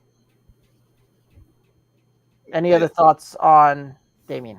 I think one thing that concerns me with Damien Harris, as much as they were kind of splitting series and everything else, the way it shook out, his snap percentage was only like 43%. So they also are getting James White back, right? Like there are a lot of running backs on this team. We expect Harris to kind of get first crack at it. But I think that's kind of why he would be your 3rd or 4th running back on your team. And like you said, 5th round might be too rich. But if you're going 0 RB and you're able to pick up an ETN, if you can go ETN and Fournette for some reason continues to slip down draft boards, like I'm not quite sure why, but if you go ETN, Fournette, and Damien Harris, that's not a bad running back room for going 0 RB. Like, you can be pretty damn happy with that. But obviously a lot of cards are going to have to fall correctly in order to get that secured, if you will, for your running back room. Absolutely. All righty, let's go ahead and head on over to Rhamondre Stevenson, running back 40 last year, 133 rush attempts, 606 yards, 5 touchdowns, 14 receptions, 18 targets, 123 yards. Thoughts on Rhamondre Stevenson? Big bodied. He's a big bodied back, right? Like he's kind of your the stereotype thumper for first and second down or goal line back, right? 6 foot 228. He can run behind his pads. He's going to have a big role within this New England offense, helping wear teams down and keeping the game short. So realistically, because he's coming at a Derek, a 2-round discount? Is that what More than that? He's running back 38 off the board, 107th pick. Oh, see, even more so then. Then that's where I'm going. If you're splitting carries and there's a good chance that he's going to end up kind of owning some of this goal line work and it's not just going to be Damien Harris, I'll sit back and wait a few extra rounds and grab a Stevenson later on and build my roster elsewhere if that's the position that you want to take with it. Again, it's hard with New England running backs, right? Because all he has to do is make one mistake, and then he's in Belichick's doghouse for 3 weeks. But if you're willing to take that gamble, I do think there's upside for grabbing him that late, and I do think he outperforms his ADP. So your return on drafting him should net you positive gains by doing so. Yeah, I think that's what, that's the mindset that you have to take with Rhamondre Stevenson is that he's gonna finish higher than what you drafted him at, but temper expectations because again, it's a wild card with Bill Belichick. I have no problem seeing him finish, in that fringe RB2. Like that's possible if he gets a few more goal line, gets a few more stabs at the goal line. But where he is, that feels right. Like what he did last year feels like that could easily be replicated again this year. Yeah, I would agree with you. I think that he's going to do some really good things when it's all said and done there. I do think that he is definitely kind of the second fiddle when it comes to the 1-2 down work. I think you'll see James White come in on the third down. I'll be that third down back there. And I think that you're probably going to see him, somewhere between about 120 to 140 rush attempts on that thing. And you'll probably see him get about a handful of rushing touchdowns again there. So I think you're really drafting him about what his floor is. And I think that he's got some upside from there. Could very easily sneak into running back 3 territory when it's all said and done. So I'm in on Rhamondre Stevenson as far as his draft price goes. There's a few other guys that I might look his way, especially if I'm going like a later QB type of deal and going with like a Kirk Cousins, Derek Carr, kind of going in that similar range there. Or if I waited on tight end, Mike Gesicki is sitting there, I might go kind of that route there. But if I'm looking running back and I'm looking for that late of a running back, Rhamondre Stevenson absolutely is on the draft board there. Let's go ahead and head on into James White. James White in an injury-shortened season last year, 95, finished RB 95, 10 rush attempts, 38 yards, 1 touchdown, 12 receptions, 14 targets, 94 yards, 0 touchdowns. Thoughts on James White? Pass. There's just you got to pass on somebody, right? And if we're looking at Harris and thinking that that's a decent, maybe a little rich, but you get the volume behind it in some regards in the 5th, and obviously Stevenson, like someone's not going to be there. James White is getting long in the tooth. He's a Belichick guy, so he is going to assume some of that third down work. But that doesn't really take away from what Harris or Stevenson were doing. That Mac Jones was not dumping it off to the running back a whole hell of a lot. So you're not taking away volume from those guys. I think he could be used to help him in certain passing situations, just because the wide receiver room is still pretty suspect in New England. But overall, I don't want to mess with it. I'm not going to take my chance on him and try and stick him out there in a flex. This isn't the same. This isn't the same player that we had with Tom Brady, where you can count on James White finishing RB2 year in and year out and get him super late because everyone thought that was going to be the year he fell off. So C'est la vie. Best of luck to you. Not on my roster. He feels like an insurance policy, and it's a policy that I don't want to buy. So, I mean, realistically, if you've got shares of Harris, or if you've got Rhamondre Stevenson, it just feels like if you want to have a New England running back on your roster, and those two guys are gone, I guess. But he just feels like an insurance policy for that running back room. Now, if one of those two guys gets hurt, then he probably fills in and takes a little bit more. But that's all it is. He's insurance. Yeah, it's a pass for me. I don't want the third down running back on this New England offense there. So hard pass for me, and not even looking to necessarily watch him on a waiver wire. Let's go ahead and head on into Pierre Strong Jr., the rookie out of South Dakota State, was drafted day 3 running back, round 4, pick 127 overall. Thoughts on Pierre Strong Jr.? Pass. Special teams player. I don't see him doing a whole heck of a lot. Especially for this first year. I think he's got a lot of adjustments that he's going to have to make. I know that I will carry the FCS flag for as long as I can, but he's going to have to the FCS is a different animal, and he is not the same caliber of running back that James Robinson was coming out of college. So while he does have some talent for this year, I just don't see it. I feel like he's a project. So in dynasty leagues, I would say, take the late round flyer on him, because I do think he's worth, stashing away. But for redraft leagues, I don't think you're going to get any return on investment. Yeah, no, that's a pass for me as well. Damien Harris is in a contract year this year. I don't see him signing it with New England again. So I think that Pierre Strong Jr. is going to be the heir apparent to Damien Harris and fill in with Rhamondre Stevenson for that first down, second down work a year from now, in which case it might be worth talking about him in this role. But this year, pass for me. Let's go ahead and head on over into the wide receiver room. DeVante Parker finished wide receiver 68, 40 receptions, 73 targets, 515 yards, 2 touchdowns, 12.23% target share coming over from Miami. Thoughts on DeVante Parker? How many years have we talked about this guy kind of in Too his many. breakout? He's going to emerge. Like, he has all the, the tangible skills, and then he just lays a turd. Like, he had one good year in Miami.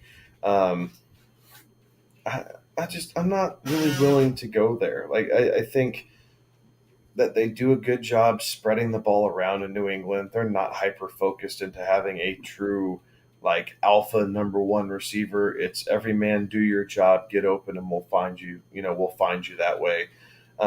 But you're not game planning a way to get DeVante Parker, 12 targets a game or anything like that. He'll see his 7-8 targets a game, probably most weeks, but you're going to have some weeks where he only sees 2 or 3 targets. And I think I'd rather just take opportunities elsewhere on more high-profile passing teams. I'd rather look at an MVS. Right, I'd rather look at and why can't I think of his name now? The third receiver for Cincinnati, Tyler Boyd. I think I'd rather look at not Emmanuel Sanders, Jarvis Landry. That type of receiver, and at least where they're going to be throwing the ball a little bit more. So I'm out. I don't think there's any real way where I end up with DeVante Parker on my roster unless he is sitting as a free agent and I am depleted and injured and just need a warm body out there. Would probably be the way he would end up on my roster, but that's about it. I want to take you guys back, if I can, to early December. If you'll recall, it was a Monday night there in early December, and it was the 6th. And do you guys remember that Monday night game? It was New England and Buffalo, and yes, Mac the weather Jones was threw the ball atrocious. three times. Yes, he threw the ball 3 times. He completed 2 passes, and I don't know that Bill Belichick has smiled harder after a game Yes, they did win that game. But like if Bill Belichick could get away with having that as his game plan every week, I think he despises quarterbacks' right or left arms, whatever their dominant arm is. I think he despises them. And I think if he had his way, the quarterback is an inefficient way to get the ball to the running back. Like that is what the quarterback does. As far as this passing game goes, like, look, Mac Jones, he is a guy that we were just talking about, Jimmy Garoppolo 2.0, right? Like a guy that's going to go out there and do everything he can to not lose you the game. Now, I'm not saying that he's going to go out there and win you games because he can't, but that's not his, MO. He's going to do everything he can to not lose the football game, to make sure that his team is in a good spot, to give his defense a chance to hold on to a lead. I just don't know that I'm not a huge fan of this New England pass game. I think it's going to be efficient. The other thing that we have to take into account here is Josh McDaniels is gone now. So what are they going to do there? I think Josh McDaniels was really good for young quarterbacks. We've seen it happen a couple times. So what is that going to be? How is that going to work out?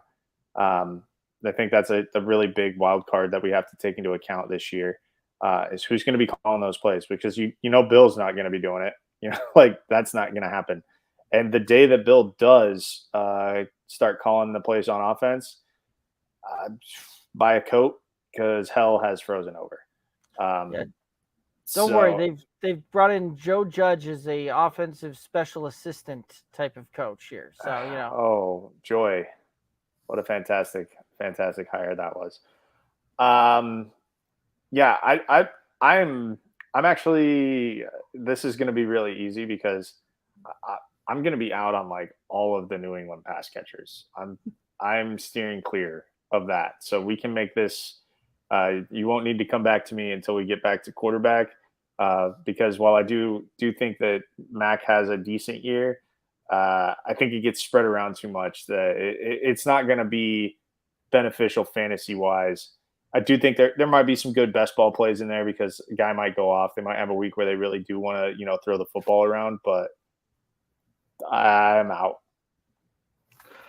Yeah, I'm out on DeVante Parker, wide receiver 56 off the board. While I think he can potentially return you some value off of where he's getting drafted, I just don't really want any part of that. Where you've seen DeVante Parker thrive in the past is as a contested catch type of wide receiver and a guy that was willing to throw the ball up and let DeVante Parker try and come down with it with Ryan Fitzpatrick, right?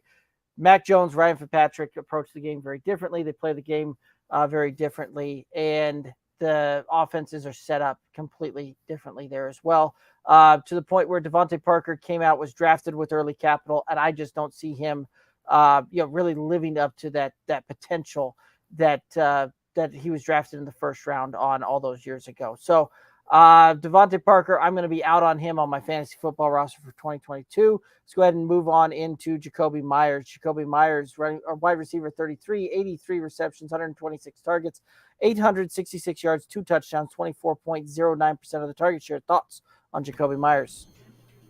Jakobi Meyers does all the little things that you want a wide receiver to do, but those 2 touchdowns just kill you, right? Like if you're talking about a completely different mindset of him if he has 7 or 8, right? And I was a Myers owner last year. I kept him on my roster all season long because he was doing just well enough. Like I couldn't justify dropping him. Like I wasn't finding better options. I was just kind of moving things around, and he was always one of the guys that always made the cut, if you will. He's probably the New England receiver that I'd be most likely to draft if I were to draft one.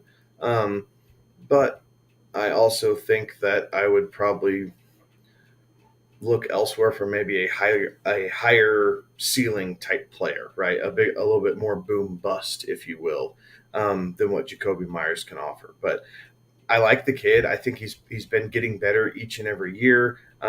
He keeps finding ways to stay relevant within this New England offense, and obviously him and Mac Jones did build a bit of a rapport last year. So, if things continue and everyone continues to get better, I expect him to finish better than 33 this year. But what does that mean? Does he finish as 28, like just outside of wide receiver 2 territory? Possibly, but then again, it's a little bit of buyer beware, because he could end up with the exact same stat line, and it's impossible to gauge when he's going to have the receptions and yardage to kind of make it worthwhile to start him in your flex. You need some touchdown upside to help you out, and he just wasn't able to get it last year. Right. And where he's coming off the board, wide receiver 62. He's actually coming off the board just a little bit later than DeVante Parker. I'd rather take Jakobi Meyers on this one. I think you'll see more of the target share. And at that point, you're throwing darts in a last round type of pick there anyway. So I'd rather see the guy that sees a little bit of consistency and has a little bit higher of the target share and does all the little things right, which will tend to catch the eye of a Bill Belichick and keep you on the field. So I would rather go that route myself. So potential, I may go with him just from the standpoint that he's a dart throw late in the draft process. Let's go ahead and head over to Kendrick Bourne. Kendrick Bourne, wide receiver 29, 55 receptions, 70 targets, 800 yards, 5 touchdowns, 13.38% of the target share. Thoughts on Kendrick Bourne? Prime example of how touchdowns help your fantasy relevance, right? Jakobi Meyers did all the dirty work. Kendrick Bourne happened to fall into the end zone, and he finished, 5 spots higher than where Jakobi Meyers did. So just one of those things. I'm not going to draft Kendrick Bourne. Maybe put a star next to him if Parker goes down, which there's a good chance that he goes down. Maybe I take a flyer on him to kind of fill some depth out at the bottom end of my roster, but he's not a guy that I'm actively searching for. Yeah, he's a guy that you don't even have to draft. He's going way, way late, down there like wide receiver 88, 242nd off the board. So you can easily let him sit there and just watch him on the waiver wire. So drafting him, I'm out, but he is a fun guy to watch and provide some interesting things when it comes into the fantasy realm. Let's go ahead and head straight over to the tight end room. Hunter Henry finished tight end number 9 last year, 50 receptions, 75 targets, 603 yards, 9 touchdowns, 14.34% of the target share. Thoughts on Hunter Henry? Hyper efficient is what comes to mind with Hunter Henry, right? 50 receptions, 75 targets, and the touchdowns, right? Touchdowns that should have gone to Jakobi Meyers.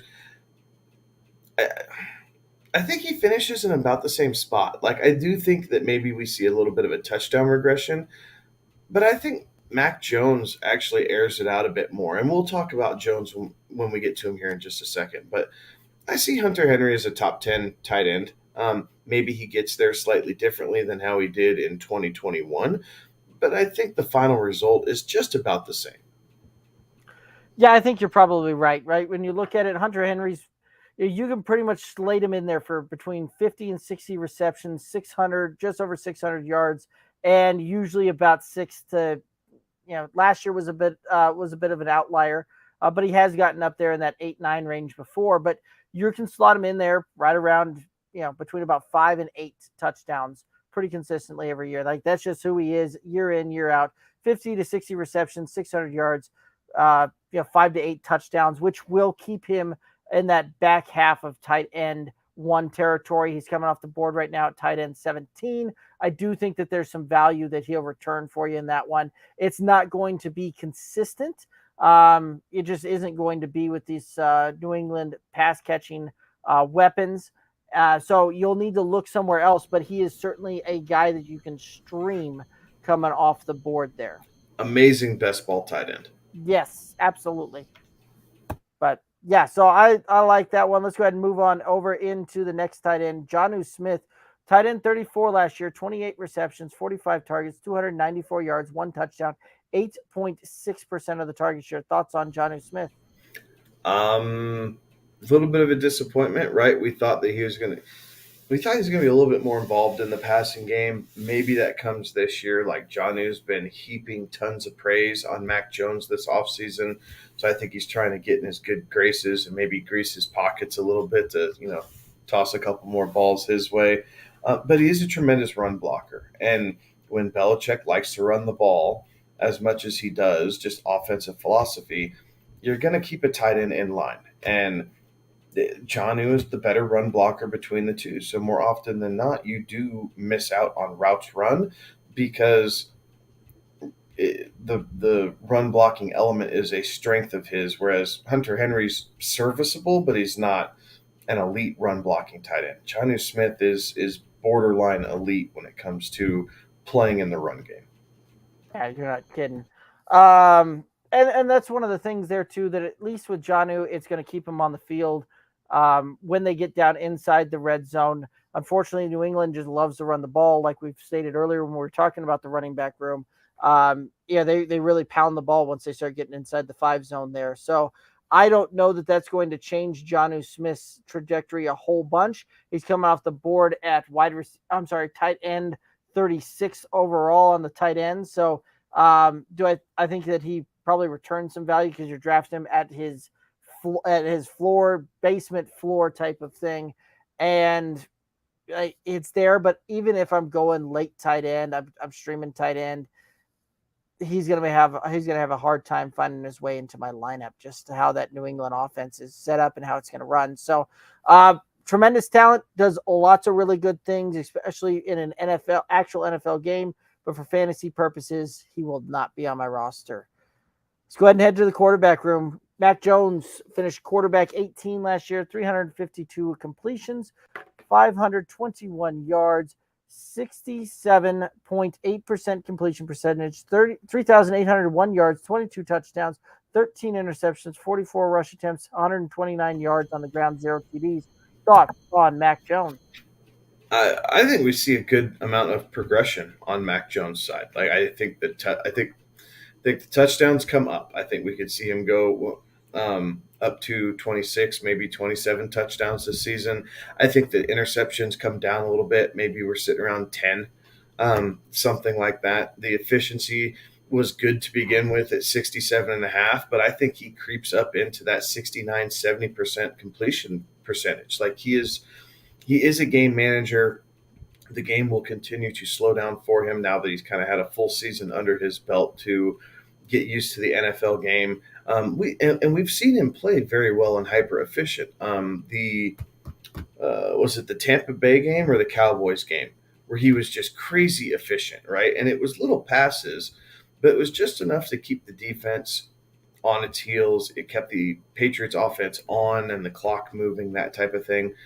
And I wouldn't be surprised if we see some more of that. So instead of QB 18, I think he creeps up into the top 15 of quarterbacks this year. So he's a guy that I will look at as a second QB in a super flex. I think that depending on your format, you might even be able to sneak him in as your third quarterback in a super flex and feel really comfortable with that position group for yourself. But he's a guy that I'm absolutely keeping an eye on. Like I am actively looking for ways to grab him in Dynasty. And for people who are kind of willing to move on for a reasonable price. Like I'm not selling the farm to get him, but I grabbed him in a couple different leagues, and I think it took me a first round pick in this year's rookie draft, which I was okay with because he would have been the first quarterback taken off the board if he were in this year's draft class, compared to Kenny Pickett and Desmond Ridder and those guys. And I felt like that was fair value for him. So if you can grab him in a dynasty league, I suggest it. If you have him on your team, I would say hold on to him. See what he does this year, because I do think the improvement will be noticeable when it comes to fantasy relevance. Yeah. Do I sound okay? We're on the phone. We've moved to the phone. The computer has since decided it no longer wants to work for tonight. It has put in its shift and it is done. for Mac Jones, obviously in a single quarterback league, he is a bye week fill-in, right? In the super flex leagues, he's a solid, second option there at quarterback. And obviously, as Kevin just alluded to, in Dynasty, I think, that's where his real value lies, because he is young and he plays on a team that will, protect him in that he has a good defense around him, or he has a defensive-minded head coach, and they will do things to put him in the best positions to succeed. I think for Mac Jones, I think, there will be progression. I think there is progression this year. I don't think we see the sophomore slump. So if anything, it is lateral to improvement, because anytime where you had a game where you only attempted to pass 3 times, I don't think we're going to see that ever again. So obviously those numbers are going to go up. I think that he'll be asked to do a little bit more, because I do think that he will be able to do a little bit more. So I like Mac Jones as a second quarterback, depending on where you can grab him in a super flex league. I feel like that's a safe play. He's not exactly a world beater, but there's also a lot less risk that you have to take when it comes to Mac Jones. You pretty much know what you're going to get, and hopefully you don't get a Buffalo December night where he will only throw the ball 3 times. Yeah, I like Mac Jones. I think he definitely provides you some value, especially where you can draft him. He's coming off the board as the 23rd overall quarterback, and I think he outperforms that. Do I think he outperforms it drastically? No, but I do think that you're able to draft the 23rd overall quarterback and get the QB 20 type of year out of him. I think that's well within the range of possibilities there. So I do like Mac Jones. I do like his draft capital and his position that you can get him in. And for redraft, I do think that he is an absolute buy when it comes to the dynasty side of things. And I do kind of like him for even a best ball candidate because of how late that you can get him.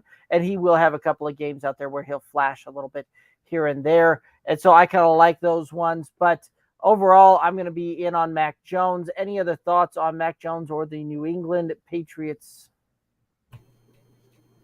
All righty, guys. Well, that's going to take us down to the end of it. Any final thoughts out there for the viewers and listeners? Keep tuned, right? As we get into this, especially dynasty leagues, trade offers are coming out. We're finishing up rookie drafts. Heck, you're starting dynasty drafts for some new leagues and different types of formats. Keep us in mind. Shoot us questions. We love to interact. Stay tuned.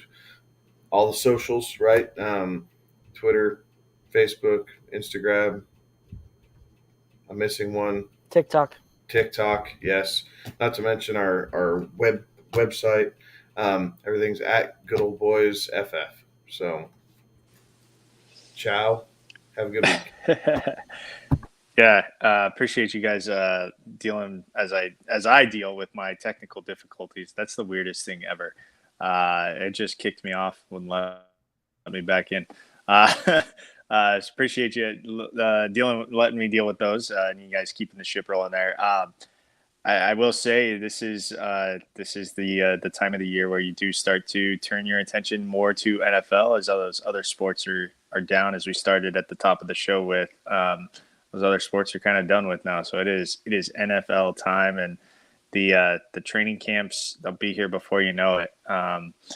And that's when we really start to get a better picture as to what these teams are going to look like. But it should be fun. I know, Derek, you have a pretty big announcement for us coming from the YouTube side of things that we do want to take a second and thank a specific number of people, because we've reached somewhat of a milestone there.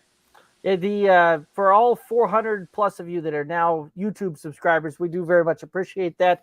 And thank you for subscribing there. And for those of you that were subscribed and are subscribed, you are seeing a lot of draft coverage starting to come out. We've got the player profile videos that are launching. We've got like one a day, if not more so, launching every single day, pretty much right up until Labor Day.